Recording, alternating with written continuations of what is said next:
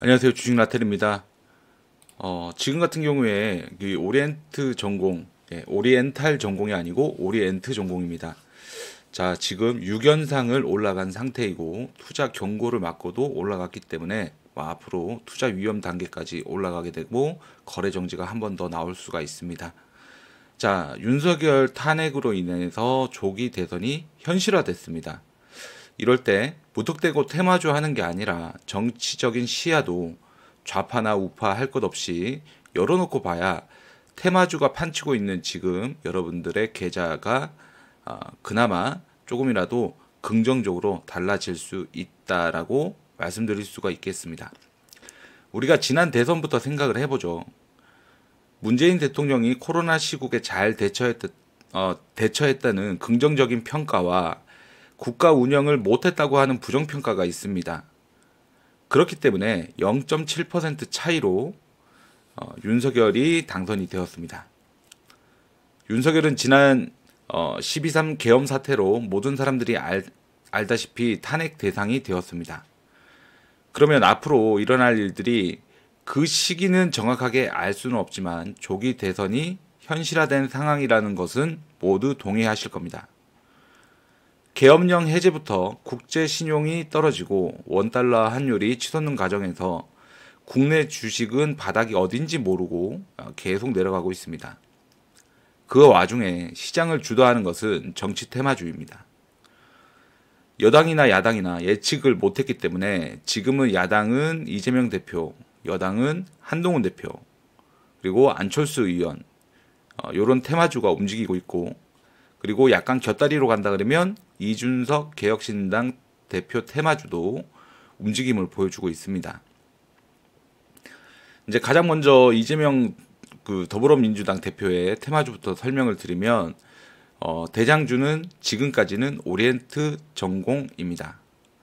자, 이 종목은 이 회사의 계열사가 오리엔트라고 하는 그 브랜드 시계가 있어요. 거기 시계 만드는 공장에서 이재명 대표가 유년 시절에 손용공으로 일을 했었다라는 이유로 지금 이재명을 대표하는 주식이다. 이렇게 해서 다른 테마주들과 결을 다르게 하고 자기 혼자 6연상을 이렇게 달리고 있습니다.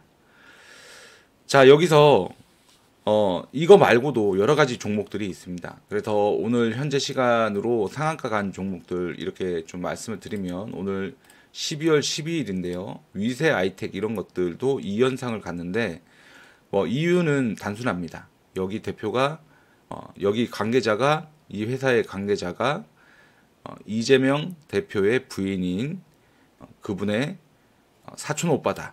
이런 얘기가 있어갖고 이게 이제 막 상승을 하고 있어요.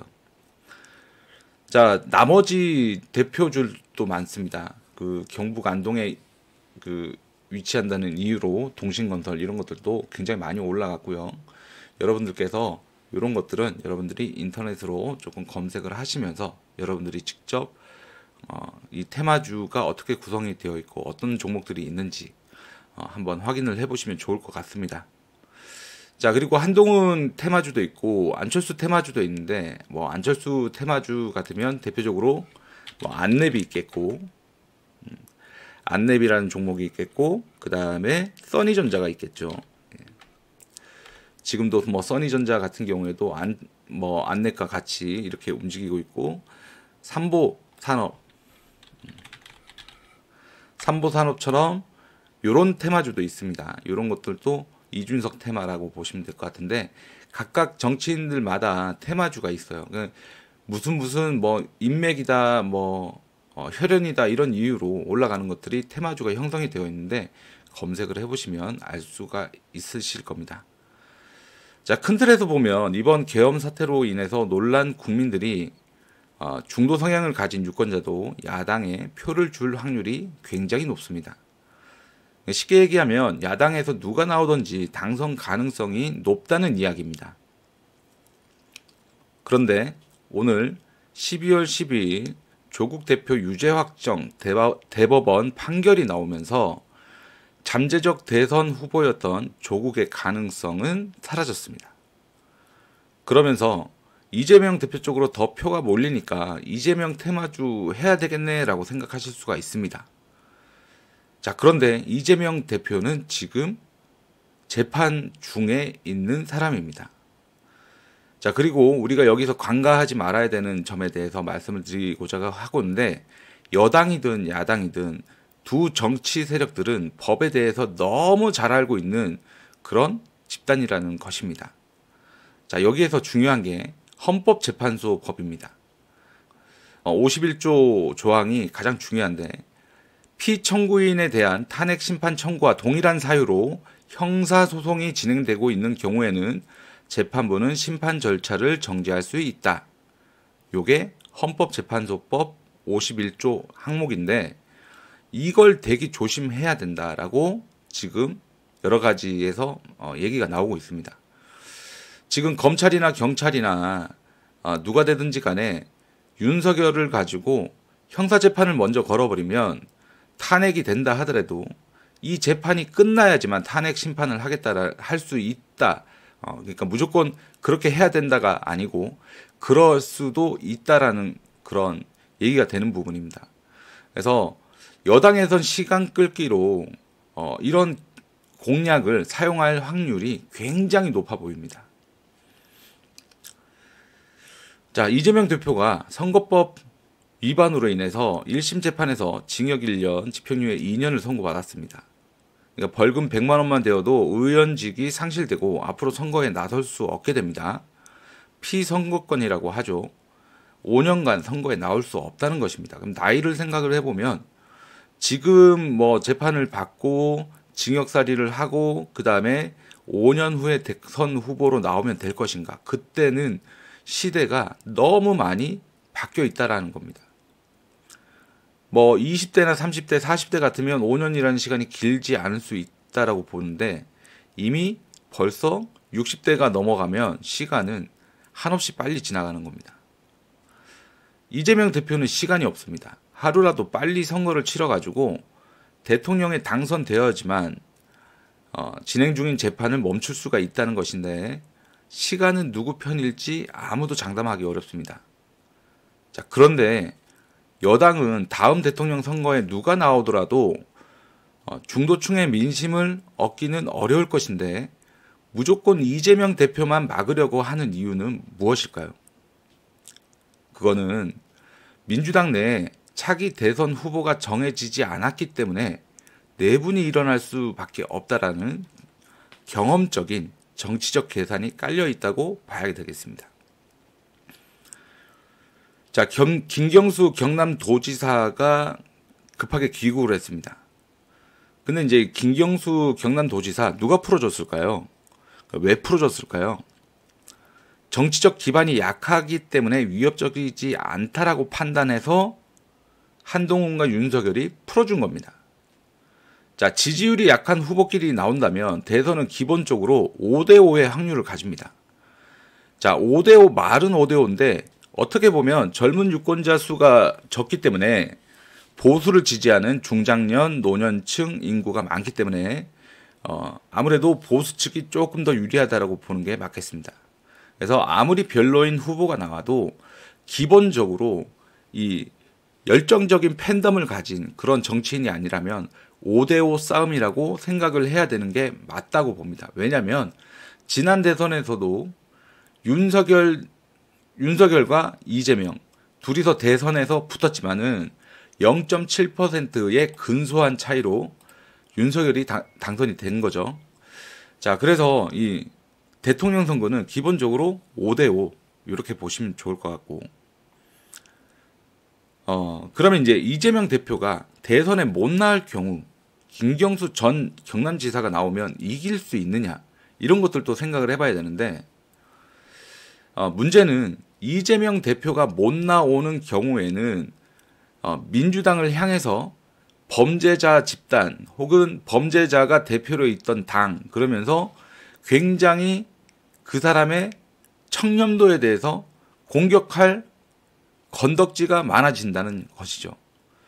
자, 그런데 김경수 전 경남지사도 지금 상태에서는 대선 후보로 나와도 되는 사면 복권 상태인데 기본적으로 드루킹 댓글 조작으로 징역에 갔던 사람입니다.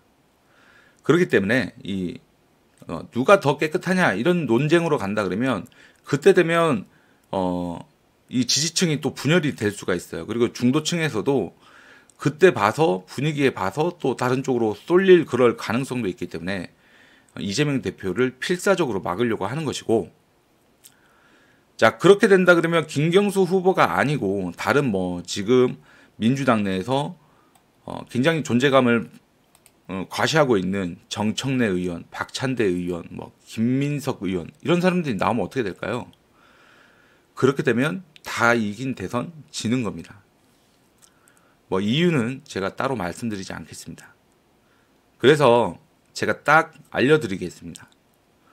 자, 민주당 내에서도 그나마 이 결격 사유가 없다라고 판단되는 후보가 한 명 있는데 경기도지사 하고 있는 김동연 지사입니다. 그래서 김동연 관련 테마주를 보시는 게 가장 합리적이라고 생각을 하고 있고, 그 이유는 다른 대권 후보들 중에서 가장 흠이 적다라고 하겠습니다. 그 사람이 가장 좋다 이렇게 얘기하는 건 아니고요. 그나마 가장 덜 더럽다 이렇게 보는 게 맞을 겁니다. 정치 테마주는 참 무서운 테마주입니다. 여러분들께서 투자하실 때 많이 고민하시고 투자하시기 바라겠고, 탄핵으로 인한 조기 대선은 분명 큰 이벤트임에는 틀림없습니다. 이럴 때 여러분들께서도 소액이라도 정치 테마주에서 지금 같은 경우에 오리엔트 같은 경우에 상한가 3번 갔을 때 2,500원에 샀다 하더라도 벌써 100% 수익이 나고 있죠. 자, 이렇게 갈 수 있는 부분이기 때문에 김동연 경기도지사 테마주에 여러분들께서 또 전재산과 영혼과 인생을 갈아 넣지 마시고 적당히 여러분들이 감내할 수 있는 범위 안에서 투자를 해 보시는 게 좋지 않겠느냐, 저는 그렇게 생각을 합니다.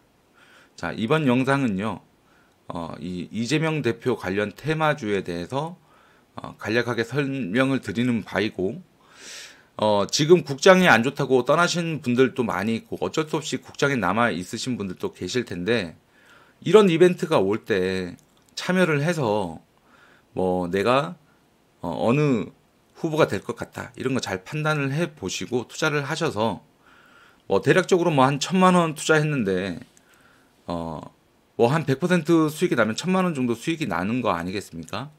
자, 그렇게 된다 그러면 물려있는 종목도 어느 정도 잘라내고 본전 회수가 가능한 부분이 분명히 생길 수 있는 부분이기 때문에 이러한 이벤트를 잘 활용하셔라 라는 측면에서 제가 영상을 제작하게 되었고요.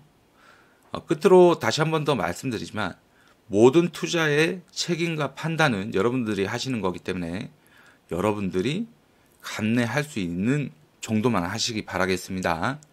자, 이번 영상은 여기까지 하도록 하겠습니다.